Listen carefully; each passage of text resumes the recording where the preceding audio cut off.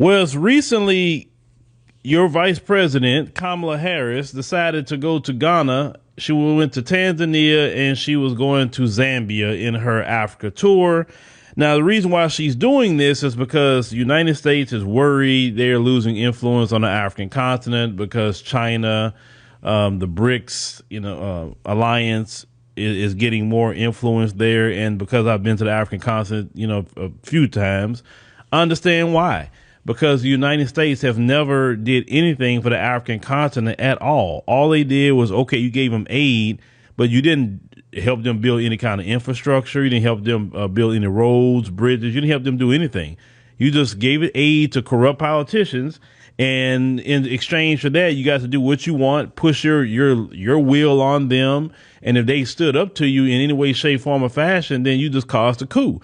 And people in the African continent today see that, and that's why you're starting to see a mass rejection of the Western world, not just the United States, but the Western world all the way around, whether it's France, whether it's Germany, like any of them. They are rejecting them, and they're embracing more China and Russia and other, mostly China, I would say, if anything else. Because what I've seen, the Chinese are doing so many infrastructure projects over there, and it's greatly needed. Like I told y'all before, when I came back from Kenya, the Chinese built a toll road over there that used to take you an hour to get from the airport to the hotel I was staying at. Now it only takes you 15 minutes. The people appreciate things like that. New airports, that a lot of times they're building for them over there. Some of the things that they're doing in exchange for getting the resources that they want, right? So Kamala goes over, and instead of talking about what you're going to do that's better than what China's doing, she goes over there and tries to lecture the Ghanaian people about human rights, LGBT, etc. Now, you see here, that's Kamala on the screen, but I want to, I saw this picture. I said, let me point this picture out real quick. What Kamala's wearing here is very nice. Now, why don't Kamala dress like that all the time? Them pantsuits is ridiculous to me. It is so ridiculous. I would not even want my wife walking around with a doggone pantsuit on. You can be in business and still wear nice dresses. You wear flowing clothes. You can wear some nice things. You don't have to walk around like that. Even Michelle Obama didn't walk around with no pantsuits. I mean, to me, it looked like a doggone man. I'm sorry. I don't care what you say. It looked like a doggone man. But that's a conversation for a different day because her dude, let me not go there. So there's a MP in their parliament by the name of Sam George is his brother's name. And he took to task Kamala and some of the things that she was saying while there, especially promoting the rainbow agenda for sure. But let's play what this brother had to say, because this brother definitely had a mouthful. Because you know what, I told y'all, the old days of Africans being quiet, not saying anything, going along to get along, them days have come to an end because more and more Africans are speaking. I told you the social media has got rid of a lot of the smoke and mirrors and facade that they would push on the African continent, even relating to us. But let's go ahead and play what this brother had to say. Kamala Harris is entitled to her opinion, the same way you're entitled to your opinion, the same way I hold the opinion that she and the American government are a bunch of cowards, and that they have no rights to talk about human rights because they're the biggest abusers of human rights. Yes, they are. Oh, yes, and black Americans have been on the receiving end of that. Let's go, brother. Child rights are equally human rights. And yesterday, 2 hours after that press conference with the president, a 28-year-old gun woman walked into an American school and killed 3 American children and killed 3 American teachers. It's the rights, one of the fundamental basic rights of any human being is the right to life. The American government, in which Kamala Harris is vice president, is failing to take decisive action on gun control. And so people who should not have access to weapons are having access to assault rifles and killing innocent children and teachers in America. And the vice president of that country wants to come and teach us human rights. Go ahead, brother. Look, Ghana, that's your next president right there. Look, That's the guy you need to elect as your next president. After President Akufo-Addo, after his term, this is your president right here. I like this brother. This brother tell it like it is. You need more Africans like this brother in leadership. Because this brother is just putting it out there. He ain't lying about anything. We know this. Every freaking week, there is a terror attack. Let's call it what it is. It's terrorism. They won't call it a mass shooting. No, it's terrorism. Because the person has said Allah Akbar and did it, then they will say it's terrorism, right? So, with that being said, this brother right here is just putting it back in their face. How are you going to say something about some human rights and you can't even stop that from happening in the United States of America because your precious folks going to keep a hold of their guns and they don't care what happens to everybody else? Because let's call it what it is. Only certain guns is great for self-defense, and then some are something that belong on the battlefield. It's just completely true. What a person need with 100-round drum. What do you need with that? I mean, if that's the case, go join the U.S. Army if you want to go shoot that. I mean, the irony of it. She's a person of color. But for being vice president, what happened to George Floyd could easily have happened to her, or any of the several people who have been killed in America by errant white policemen, which has led to the Black Lives Matter issue. If people have to demonstrate to let the American government know that Black Lives Matter, they need help from us. I've stated on record that myself and my colleagues are very willing to engage the American government and the U.S. Congress to help them shape laws that will clamp down on gun violence because they really have need for it. But it's the hypocrisy. Wow. So now the brothers say, look, we're willing to go over to America and show these folks what laws they need to put on the books to protect the American people. But see, you're not going to see this video on the evening news in America. You're not going to see this. I told y'all, this is why I do what I do. I cover things with black folks all over the world. Because black America need to know. See, they'll tell you, and people like to run this, the Africans, they don't say nothing about black people or black Americans. They don't do this. They don't know what's going on. Listen, we got the internet now. Everybody is learning every day. And when we create platforms, when we put these videos out, you have to look at it. You are educating even about our own story. You understand what I'm saying?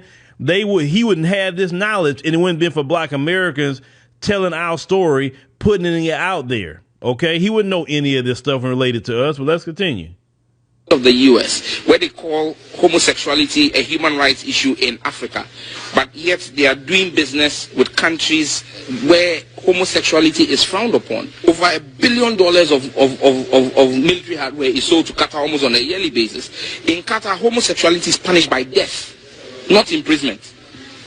Why are they not threatening Qatar? One of the biggest trading partners of the United States government is Saudi Arabia. Saudi Arabia, it's punished by death. Why are they not threatening them? Why are they not threatening Russia? Then they come to Ghana and Africa and they want to come and threaten us with LGBTQ. The American government is a bunch of hypocrites. If they really want to flex their muscle, they should go and flex their muscle on Russia, India, China, Russia, Saudi Arabia, Bahrain, Qatar, the places where they are selling weapons to. Boy, yeah, and listen, they all talking about we gonna think about what we gonna do to Uganda if that law. Why they ain't doing nothing until he said to Saudi Arabia, all them Arab nations, that's LGBT is not legal. And yet you don't hear no conferences about sanctions. You don't hear anything. And and maybe somebody need to go question and say, hey, you talking about Uganda with LGBT, but why don't you want to talk about Saudi Arabia? Why don't you talk about Qatar? They just had a whole World Cup. Why the United States say, you know what, because of human rights of LGBT, we're not participating in the World Cup because it's in Qatar. They behind right to Qatar during the World Cup because I was in Kenya when the World Cup was happening, and the United States was a part of the World Cup, even though they have laws against LGBT. They haven't had a guy that tried to mess around and he found out, showing up over there with an LGBT t-shirt, and that didn't end too well for him at all for doing that. He was a Mzungu. But you see, brother, they do that to y'all because they feel they can bully y'all. See, they can't bully Saudi Arabia. They can't bully Qatar. They definitely can't bully China. They can't bully Russia. So they feel like they're gonna pick on y'all. It's like the schoolyard playground. It's like, okay, I'm the bigger person. I'm gonna pick on you. I'm going to tell you what to do. And with this brother saying, that sentiment is spreading all over the African continent. Say, wait a minute, go to Saudi Arabia and tell them that crap. When you start telling them that, when Kamala go to the crown prince of Saudi Arabia and you tell him human rights issues, man, they'll get Kamala out of that country so fast for saying that crap. Please, they know not to go over there with that. There's so many human rights issues in the Middle East, but they're not addressing that. What Ghana decides to do, what Uganda, Tanzania, Zambia, any place, they do what they want to do. What's conducive for their society. It's legal in the Western world. Do what you got to do in the Western world. Have your parades, have your drag queen reading the children, do it all you want to do. But there are places in the world that people can say, you know what? I can go places where that's not conducive for the society. It's not conducive for my Christianity, my Islamic religion, my, whatever religion that you may be. That's not something that I want to have my kids around. And people now have a choice to go to countries like that. Because where the Western world is going, they're opening up the door for legalized pedos. I'm telling you, because me and my wife was discussing this last night. I remember, and I said it, if you watch my video that I made when the Supreme Court say they can get married, in that video, I said America, with the help of Barack Hussein Obama, has opened up Pandora's box. I remember saying it back, 2015 or so when this happened. I say they've opened up Pandora's box. And I say it's not going to stop there. Because remember, we just want to love each other. We just want to get married just like straight people want to get married. That's it. We just want to get married. Okay, fine. They can get married. Then it went from getting married to trans going to the same bathroom with biological women. Then we went from that to going to drag queens reading the children. Then went to the Sodom and Gomorrah style parades that's out here, in the United States that we see going on, right? It went from just getting married to living normal like everybody else to all these other things. And now all these different genders, you're not a male or female, you're non-binary, it has gotten, other letters have been added since it used to be LGBT. Now it's LGBTQIA plus. So many different things has happened now since then. Other countries have seen what's happening in the Western world. And they say, no, we don't want that here. And because it's not worked for the Western world, why do you think you're going to push that on everybody else? But of course, it's about controlling population. But the brothers and sisters in the continent are not playing that. They can't protect the American people. They can't protect school-aged children from losing their life. They have no right to go tell somebody how to live. They definitely don't do nothing right for black people. That's a human rights violation every time you look up. George Floyd, human rights violation. Tyree Nichols, human rights violation. Sandra Bland, human rights violation. And Malcolm X talked about all the violation of human rights and going to the UN, talking about the human rights issue too. Because what happens to us is a human rights issue. But y'all let me know what our brother here says. Like I say, Ghanaians, you need to elect that brother as your next president. I'm serious. That's a brother that's going to lead y'all on the right path. I'll tell you that much. We need more and more Africans to take a stand, like our brother here, and call these people out. And I love that he added us in there, because that's trust me, we are the Achilles heel more than even that. All you got to point to, even China did that when you remember a year or so ago, a year or two ago, they had a meeting with China in, I think, Alaska somewhere. And they tried to wag their finger at China, talking about what they do to the Uyghur Muslims. And they say, wait a minute. Well, look what you do to black people. You say, look at what you did. Look, your police, look what they do to George Floyd. Look at how you discriminate against black people. But the American media didn't want to talk about all of that. And do you know China actually put out a human rights report about the United States, and it detailed all the things that happened to us? Do you know that they actually put that out a while back? See, the American media don't cover that kind of stuff. They don't want to talk about what other countries say about, because I told y'all, it's the American media is a propaganda wing. They're not for telling the news and for what it is, especially news about us. And I'm not saying the Chinese are Black America's friend, but it's like this. When it comes to this situation, the truth is the truth, no matter if it comes from a person you like or don't like. So I'm glad the African continent is rejecting what they're selling. I'm glad, because now they're going to have to offer them something.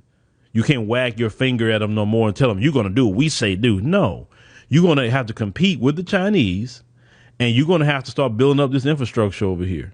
So the African continent is about to win all the way around. Either the Western world start building up infrastructure, and listen, they wouldn't build up infrastructure in this country. So either they start building up infrastructure for them, or they're going to lose out. That's just that simple. But let me know what y'all think about, this situation. Like I said, a new day in the world, but hey, it's an interesting time to live in, and I'm here for it.